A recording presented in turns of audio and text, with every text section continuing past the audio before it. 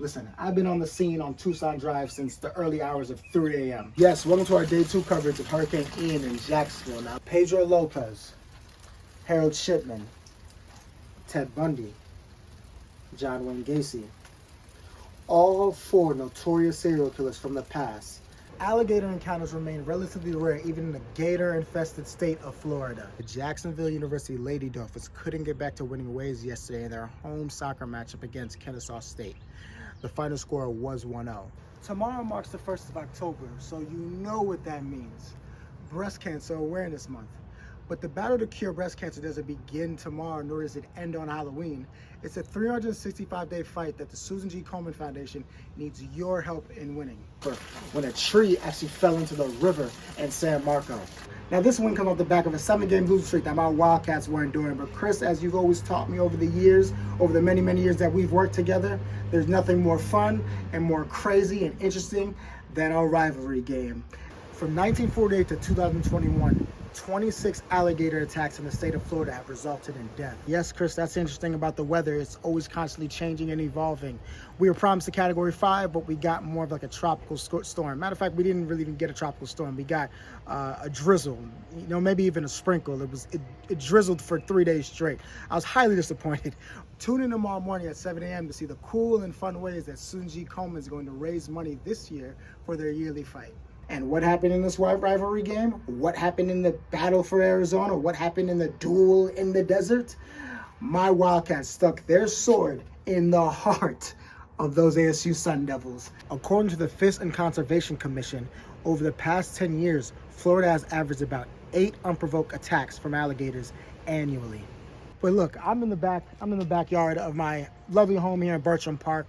All my trees are still intact, no damage, roof is good, so I'm happy. That's the good news. That's the good news for a lot of residents here in Jacksonville.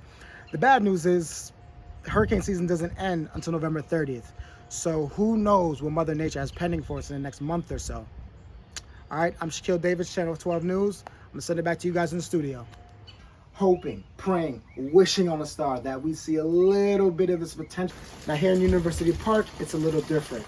Now, as the city has been told to evacuate, I spoke to one family that says they're not going anywhere.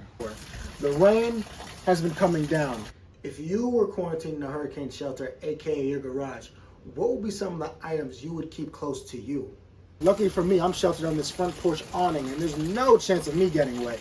With the rains of Hurricane Ian coming down this week in the city of Jacksonville, the Lady Dolphins had to cancel all of their practices leading up to their Sunday clash against Kennesaw State. And it showed in the first half. The Lady Dolphins are outmatched, out-hustled, they didn't look as sharp, and they even conceded a goal early in the first half. Matt O'Rourke says the geographical location of Jacksonville is almost like a shield of protection against any hurricane. My family and I, we've just never evacuated. We were even here through Michael, which was the worst.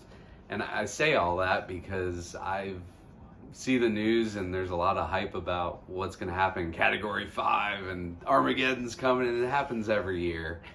And the way we sit geographically, we're very protected. Find out at 6 the strange and interesting items this family's keeping near to them during this disastrous time.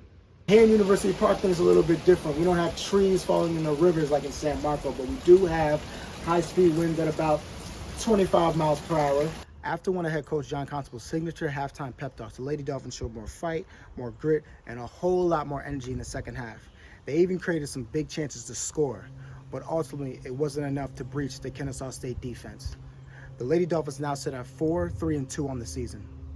Russ O'Rourke believes that Hurricane Ian will be nothing more than a glorified thunderstorm for Jacksonville. We do have a flagpole that's been broken off because of the wind.